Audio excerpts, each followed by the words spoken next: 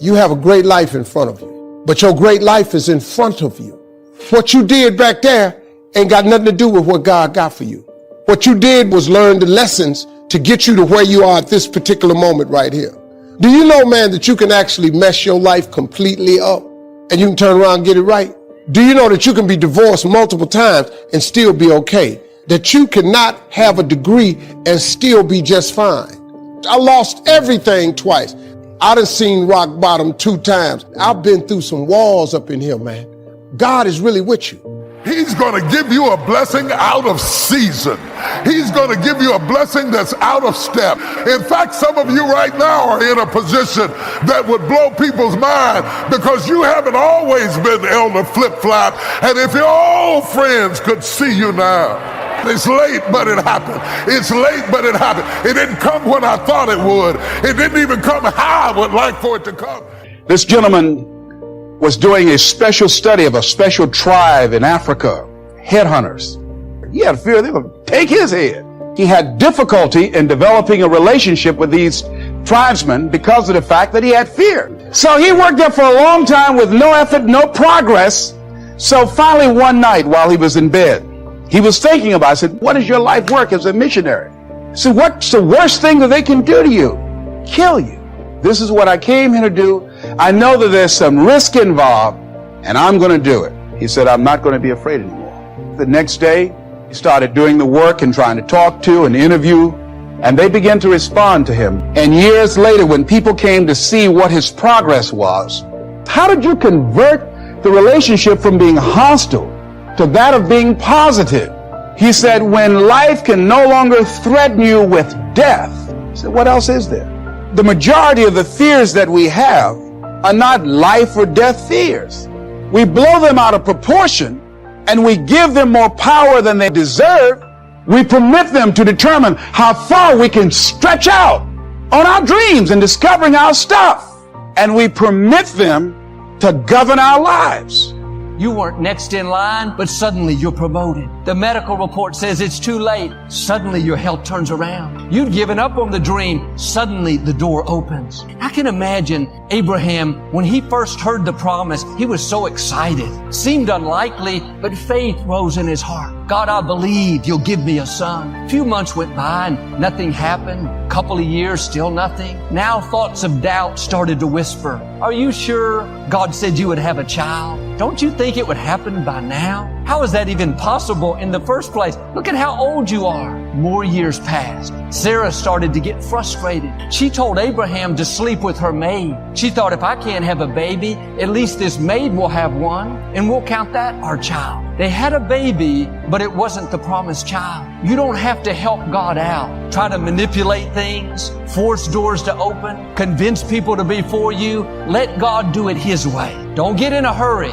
You have to be mature enough to believe that the promise is coming and not be frustrated while you're waiting. It's through faith and patience that we inherit the promises. God's timing is the best time. Years went by, still no child, no sign of it happening. They're both getting older. Abraham was at a critical point. He had plenty of reasons to get discouraged, give up on the promise. But the scripture says, against all hope, he hoped on in faith. He came to this place where he went from I believe to I still believe. I'm almost 100 years old. We've made mistakes, had disappointments, but I still believe what God promised. I can hear people laughing. Come on, Abraham. You're an old man. You're wasting your time. You can't have a baby. Abraham said, no thanks. I know my God is faithful. I'm not going to let time talk me out of it. Disappointments, people that didn't help me, negative chatter. I still believe my baby is on the way. He had a made-up mind. Despite all the negative circumstances, he chose to have I still believe faith. When Sarah was 90 years old, against all odds, she conceived and gave birth to a son that they named Isaac. The name Isaac means laughter. When you do like Abraham and still believe, you're going to have some blessings that make you laugh. God is going to do things that surprise you. Open doors you never dreamed would open. Turn situations around that look permanent. Where you're in such amazement, such awe that you're filled with joy. All you can do is say, look at the goodness of God. Now maybe what you're believing for is taking longer than you thought. You don't see how it can happen. Thoughts are whispering, you're wasting your time. It's never going to work out. Instead of going from I believe to I gave up, I got discouraged, nothing was happening, I had setbacks, do like Abraham. Go from I believe to I still believe. The odds are against me, but I still believe I can accomplish my dreams. Had this illness a long time, but I still believe I can get well. I was raised in dysfunction, a rough environment,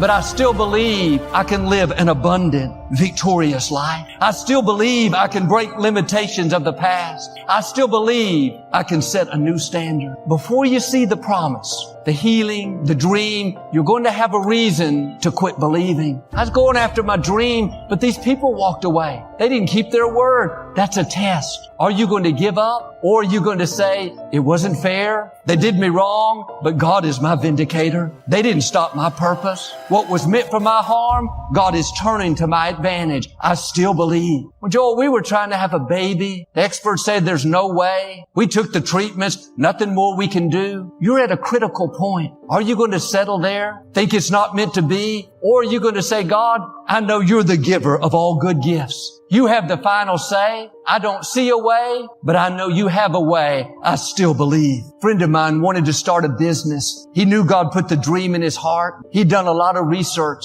came up with a very impressive business plan. He needed funding. He went to his bank where he had done projects with them before, and he knew all the people. They studied his plan and turned him down. They didn't think it would be a successful business. He was disappointed, but he went to another bank. Same thing. He was turned down. And another and another and another. Thoughts were telling him, just accept it. It's not going to happen. All the experts say it's not going to work out. He could have been discouraged, given up, but every time he left a bank, his attitude was, they may have said no, but I know God says yes. I still believe. 31 banks said, it's not a good idea. Give up on your dream. Let it go. He said, no thanks. I still believe. Bank number 32 said, this looks like a great idea. They gave him the loan. Today he's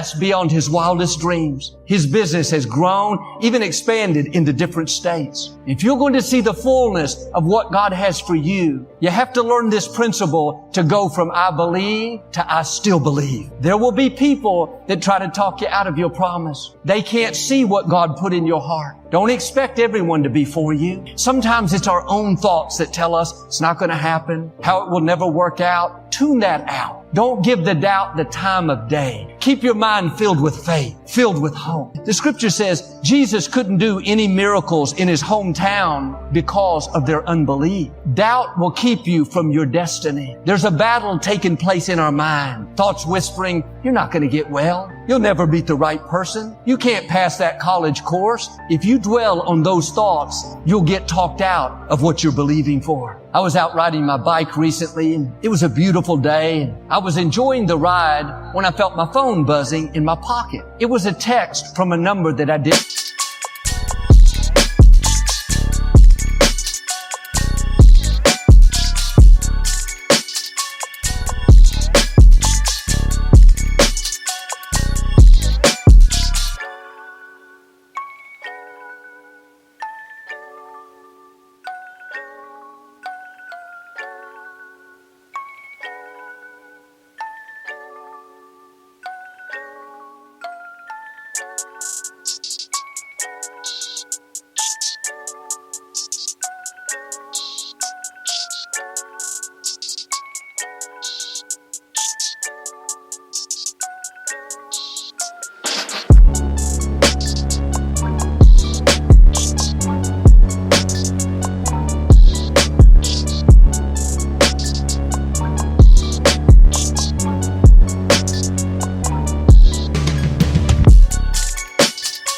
recognize. It said, urgent message, your phone has been compromised. All the data is about to be lost. Click here to save it. I knew it was a scam. If you click it, they get your information. Didn't pay any attention, went back on my ride. About 5 minutes later, another text. This time the word urgent was blinking. Time is of the essence. You must respond now. It looked so official, was so alarming. I thought, is this real? I called my office. They said, no, don't open it. It's a scam. I felt better, got back on my bike. 5 minutes later, another text. This time there was a countdown clock. 59, 58, 57. Your phone is about to disintegrate. The world will come to an end if you don't click now. All these dire warnings. They were so good at being alarming, playing on fears, putting enough urgency that makes you think you have to click. Their whole goal is to get you to take the bait. They know if you click, they can get your information, do what they want. That's kind of how doubt works. Thoughts come to our mind that are negative, discouraging, alarming. You can't accomplish that dream. You don't have the talent. That problem will never resolve. You've had it so long. Your health is not going to improve. If you click on it, so to speak, if you start dwelling on it, thinking maybe I'm not going to get well. These problems are so big. I don't see how it can work out. Before long, that's going to contaminate your software. You'll be negative, discouraged,